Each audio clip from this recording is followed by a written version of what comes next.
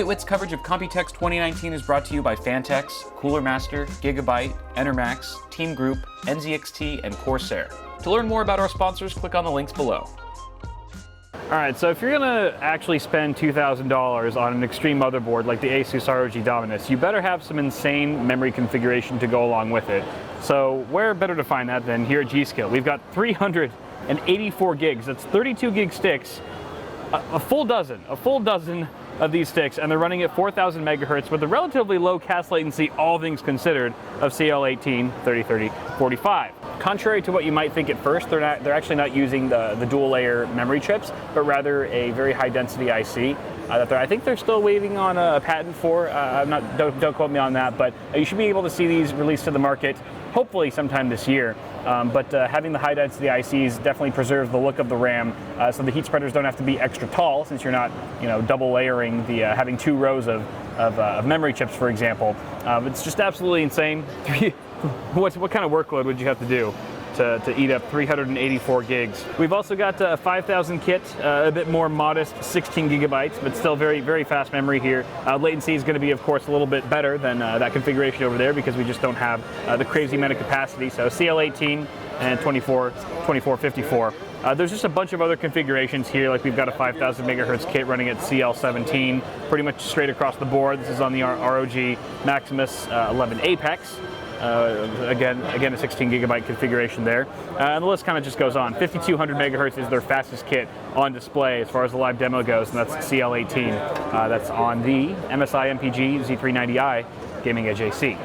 We do have some demos here of their memory running in X570 boards. However, they're still using Ryzen 2nd Gen 2700Xs. It'll be interesting to see how the RAM might behave differently once 3rd Gen Ryzen chips are slotted in here. But for now, we can just kind of gawk and appreciate the X570 boards. I believe that's a Rampage 8 Hero from Asus. Very nice board there that we saw earlier at the event. And this is one I haven't actually seen yet. This is from ASRock, the X570 Tai Chi, which looks pretty classy. You can see it's got that sort of steampunk vibe that we're familiar with there on the chipset. And I think that, that is a fan. That's we're still doing some active cooling, of course, on the chipset as well, as they do get fairly warm compared to last gen. Here we have the Trident Z Neo. This is actually going to be optimized for Ryzen 3000. This is probably the most exciting kit that they have here, because it's completely brand new and for the upcoming AMD platform. You can see that there's a slight redesign here. They kind of have like a colored piece that wasn't there before on the existing Trident Z RGB RAM. You still get addressable RGB lighting right here up top, but just sort of a nice little aesthetic change right there. They're also playing around with the idea of offering different colors, you can see here.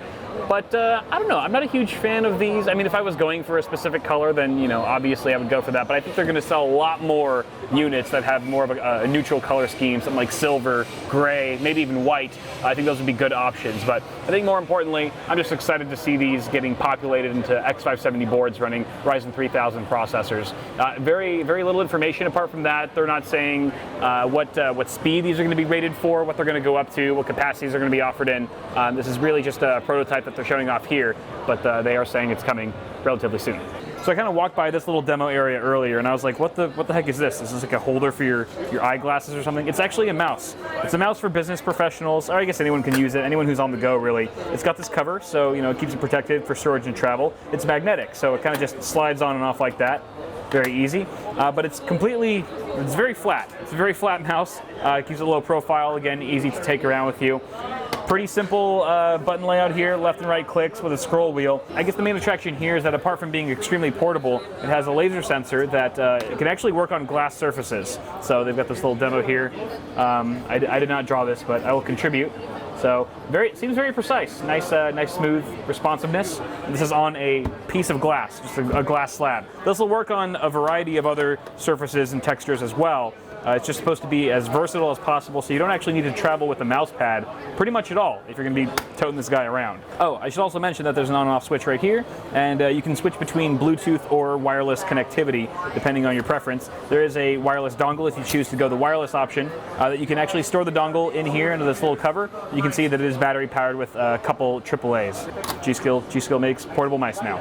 Fun. So this is a computer case, believe it or not, that's actually connected to one of these LN2 tanks. This is just for demo, show purposes. They're not going to be able to sell this on the market. No very few people would be able to buy this, let alone run it effectively with all the LN2.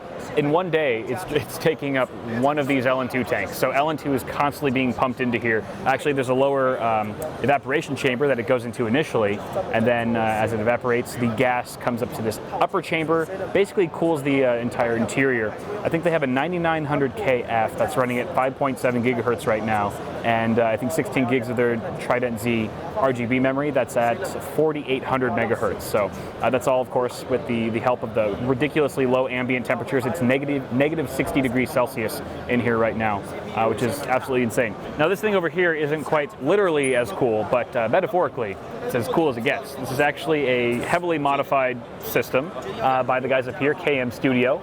Thanks to them for putting this together. This is actually a fake beer-cooled system, all right? So unfortunately, the liquid flowing through here, through these tubes that's cooling our CPU over there is not real beer. It's fake beer, although it looks very convincing. You can see it in that reservoir there. Nice little drain valve and everything. Very cool. But it does have, however, a full-blown kegerator at the bottom, and that does contain genuine beer with a full-blown tap that's hooked up to it. I actually got to sample it earlier, and the beer tastes very good. It even tastes a little overclocked, if I'm being honest. That's all for my coverage here at the G.Skill booth here at Computex 2019. Thank you guys so much for watching this video. Thanks to all my sponsors. Go ahead and check them out in the description below, and I'll see you guys in the next video.